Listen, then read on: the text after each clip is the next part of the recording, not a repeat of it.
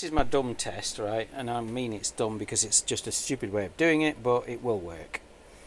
Yeah, so what I've done here is, you might not be able to see too well, but basically you can see there's a negative terminal here. Let me put light on there to make it easier. This is the negative terminal, which comes over to here, and we've connected that in to this, which is an optocoupler. This is used for driving IGBT gates. It's an isolated circuit, so they are isolated, and the input, as you can see, is 9 to 18 volts, and the output is a regulated 15. Okay, and it's isolated. That's the key. Right, so we've got the positive on this side, as you can see. Just move it out of the way. Oh, I can't see. I'm trying to pull it out of the way so you can see it, but basically you can see it goes into there. It does. This is the positive of the 3.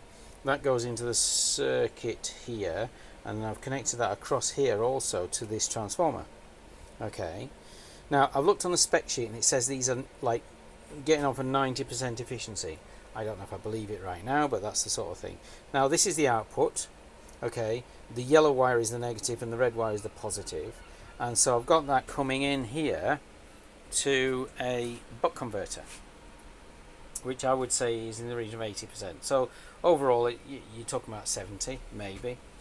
Okay, and you can see, you might be able to see if I turn the light off. Yeah, you can see it's on and it's being powered.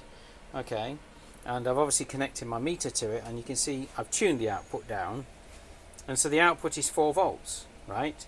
So that's an isolated 4 volts which is being drawn from the battery. Oh, current's dropped, I just realised, which is nice. So that's an isolated 4 volts which is coming from the battery across the 3, and I can now use that to charge one of them.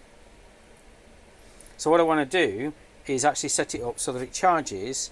I think this one here on the outside here is the one that's on like about 3 something volts. This is the Duff one, so the voltage is going to be lower on this one. So what I can do now is, if I can put a circuit in place to connect this one, well, I can just connect it directly, and then I can isolate it on this side by some means, and it doesn't matter how, but it actually has an input. There's a pin on this which actually turns off the output.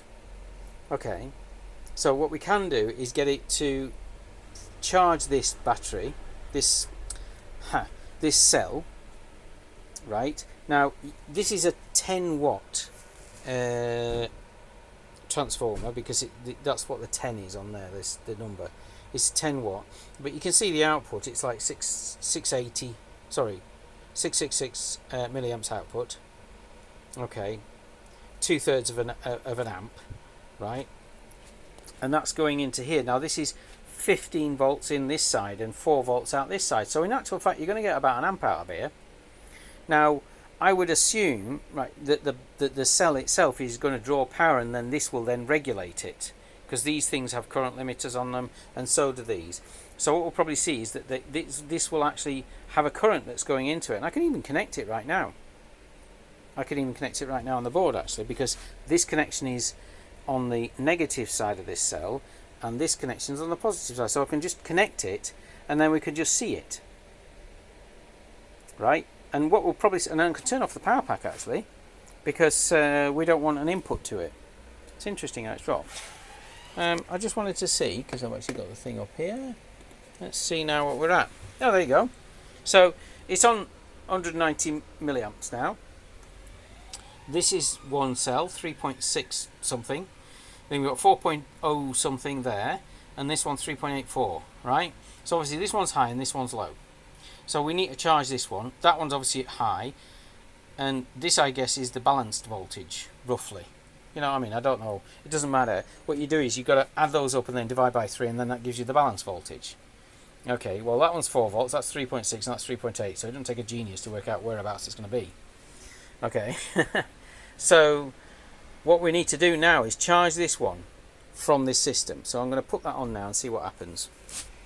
I'll just do it manually. I'll just literally connect it across the battery, and then we'll probably see it balance.